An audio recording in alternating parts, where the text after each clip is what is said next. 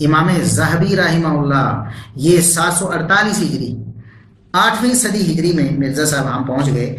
بہت ساری باتیں میں سکپ کر رہا ہوں اور میں بات کو ختم کروں گا، ٹائم بہت زیادہ ہو گیا.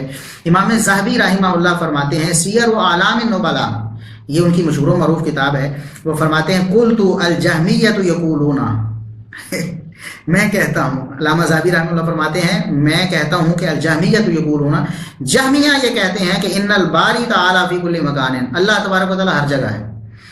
تو والسلف یقولون، سلف صالحین کیا کہتے تھے؟ ان علم الباری فی کل مکان، اللہ کا علم ہر جگہ ہے.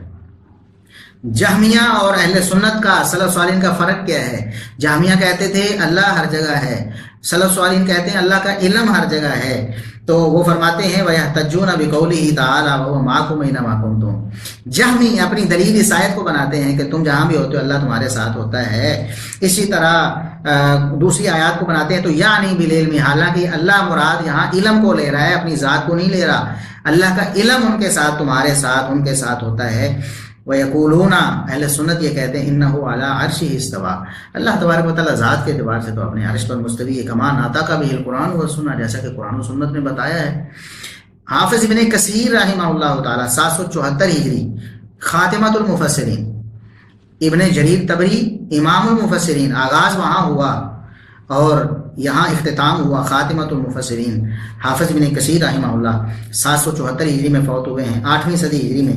وہ فرماتے ہیں کہ ما یکون من نجوى ثلاثہ، یہ جو آیت جہمی دلیل بناتے ہیں مرزا صاحب، جس کو آپ دلیل بناتے ہیں، فرماتے ہیں ای مطلع علیہم یسمع کلامہم وسرہم ونجواہم، کہ اللہ تبارک و تعالیٰ ان پر مطلع ہے، اطلاع پائے ہوئے ہے، ان کی کلام کو سنتا ہے، ان کی پوشیدہ باتوں کو جانتا ہے، ان کی سرگوشیوں کو جانتا ہے. وَرُسُلُهُ أَيْضًا مَعَ ذَلِكَ تَكْتُبُ مَا يَتَنَاجَوْنَ بِهِ مَعَ عِلْمِ اللَّهِ بِهِ وَسَمْعِهِ لَهُ، اور اللہ کے فرشتے بھی لکھتے ہیں اس کو. یہ وہ بات تھی جس کو آپ نے کہا کہ کتنا ظلم کر دیا، اس بات کا تو انکار کیا ہی نہیں مفسرین نے کہ اس سے مراد اللہ تبارک و تعالیٰ نہیں ہے، یعنی اللہ کا علم نہیں ہے. اللہ کا علم تو ہے، وہ کہتے ہیں کہ اللہ کے فرشتے بھی لکھ رہے ہیں. اتنی سی بات کو آپ نے زیب داستان کے لیے کہا کہ ان کا ظلم دیکھیں نعوذ باللہ.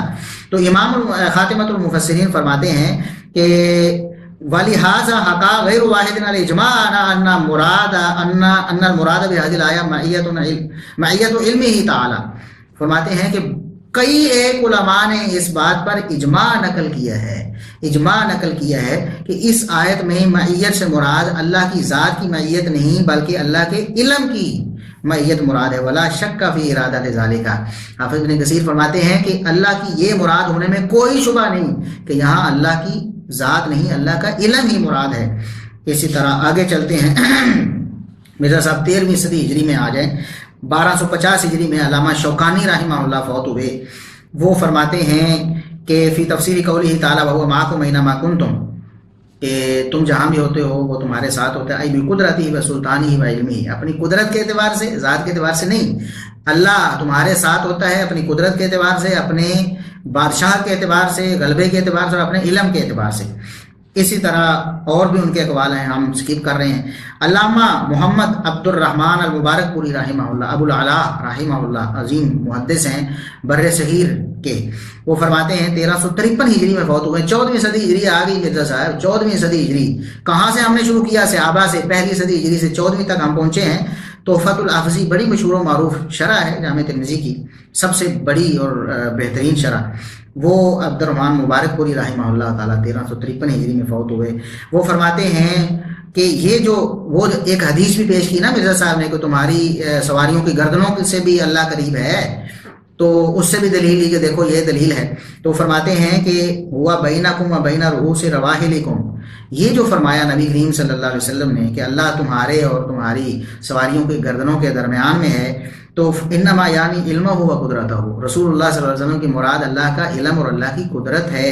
وَكَذَلِكَ يُؤَوِّلُونَ قَوْلَهُ تعالیٰ، اسی طرح اہل سنت، تمام علماء جو اہل سنت ہیں، وہ اللہ تبارک و تعالیٰ کے اس فرمان کی بھی تعویل یعنی تفسیر کرتے ہیں. مرزا صاحب آپ کو یہی پتہ نہیں، تعویل کبھی کبھی تفسیر کے معنی میں ہوتی ہے کہ قرآن کریم کی یا احادیث کی دیگر نصوص اس بات کو اس طرح سمجھانا چاہ رہے ہیں.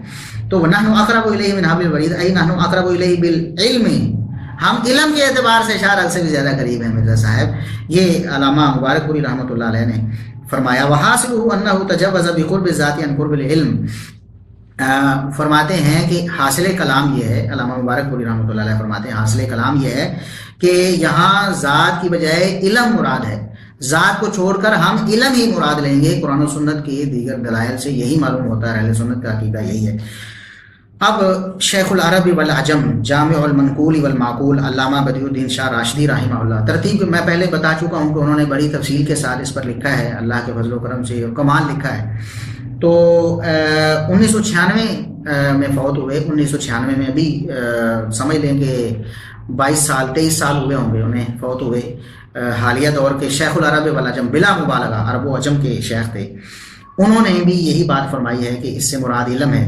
وہ فرماتے ہیں انہوں نے اس آیت سے علم مراد ہونے کی اور ذات مراد نہ ہونے کی 25 وجہیں بیان کی ہیں، 25 طرح سے یہ ثابت کیا ہے کہ اس آیت میں علم مراد ہے، ذات باری تعالیٰ مراد نہیں ہے۔ اور جہمیہ کا یہ استدلال کرنا کہ اللہ ہمارے ساتھ ہے، اللہ اوپر بھی ہے، اللہ یہاں بھی ہے، یہ بالکل غلط ہے۔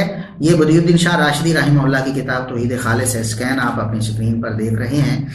وہ فرماتے ہیں یہاں معیت من حیث العلم مراد ہے، یہاں معیت من حیث العلم مراد ہے۔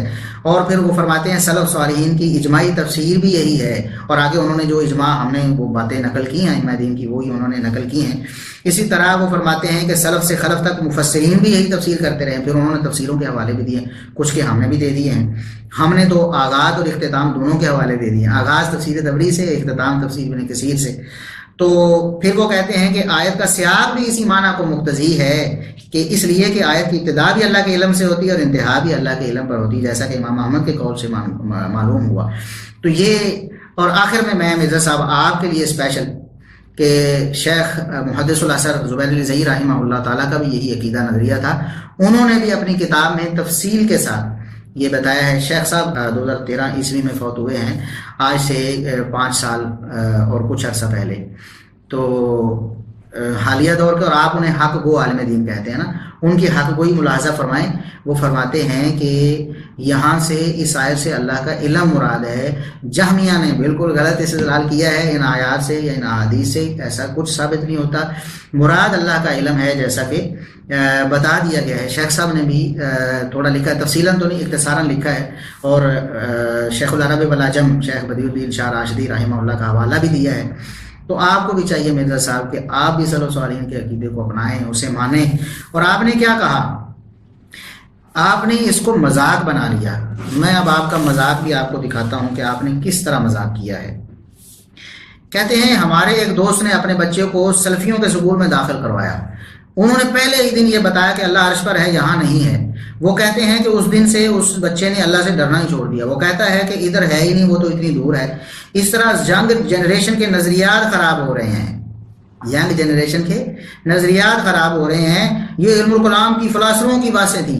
وہ میرے ایک بڑے قریبی دوست ہیں، وہ مجھے کہنے لگے کہ جب انہوں نے کسی سلفیوں کے اسکول میں بچے کو داخل کر دیا تو انہوں نے جا کے پہلے دن ان کو یہ پٹی پڑھائی کہ اللہ تعالیٰ ادھر کوئی نہیں ہے، آسمانوں کے اوپر ہے۔ کہتے ہیں اس دن سے اس نے اللہ سے ڈرنا ہی چھوڑ دیا۔ وہ کہتا ہے اللہ تو ادھر ہے ہی نہیں ہے، وہ تو اتنی دور ہے اوپر۔ تو یہ دیکھیں کس طرح ینگ جنریشن کے نظریات خراب ہو رہے ہیں۔ یعنی وہ بحثیں جو کہ ایک مولویوں کی بحثیں تھیں، علم الکلام کے لوگوں کی، فلاسفروں کی بحثیں تھیں، جو ایک موٹی سی توحید جو قرآن نے بیان کی ہے اس کو چھوڑ کے اس قسم کی بحثیں کرنا اور اس کے اوپر فرقے بنانا اور پھر صرف کا جو راگ لاپتے رہنا، تو بھائی میرے یہ اس طرح کی باتیں کریں گے تو پھر معاملات بڑی دور تک جائیں گے۔ سلف نے جو کچھ کیا وہ اللہ کے پاس جا چکے، وہ اپنے اعمال کا حساب و کتاب خود دیں گے۔ دلائل کی بنیاد کے اوپر اختلاف کسی کے ساتھ بھی ہو سکتا ہے، یہ تو علم کی دنیا ہے نا، اور علم کے میدان میں جذبات کی کوئی حیثیت نہیں ہوتی۔ یہ فلاسفر ہیں صحابہ، تابعین، تبع تابعین، ائمہ دین، مفسرین، محدثین، یہ اہل سنت سارے فلاسفر ہیں آپ کے نزدیک، نعوذ باللہ۔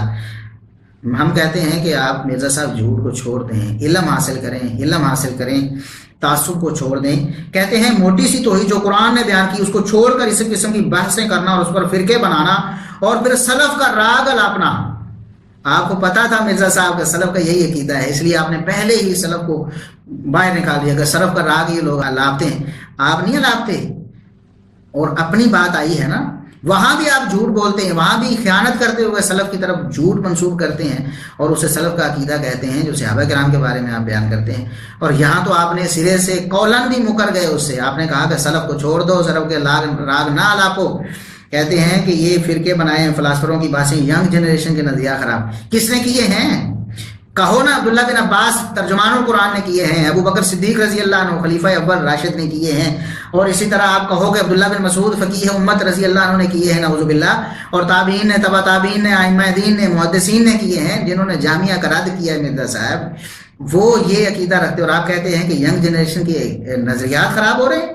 کہتے ہیں کہ سلف کا راگ اگر آپ الاپیں گے تو معاملات بڑی دور تک چلے جائیں گے، سلف نے جو کچھ کیا وہ اللہ کے پاس جا چکے ہیں، وہ اپنے اعمال کا حساب کتاب خود دیں گے، دلائل کی بنیاد پر اختلاف کسی سے بھی ہو سکتا ہے۔ ہاں دلائل، جیسے امام دارمی رحمۃ اللہ علیہ نے فرمایا تھا نا، یہ جہمی ہمیں دلائل پیش کرتے ہیں تو آپ دلائل سے بھی بات کر لیتے ہیں، تو امام دارمی رحمۃ اللہ نے خوب پھکی دی ہے پھر دلائل کے ذریعے، قرآن کی آیتوں پہ آیتیں انہوں نے فار پیش کی، حدیثیں پیش کی۔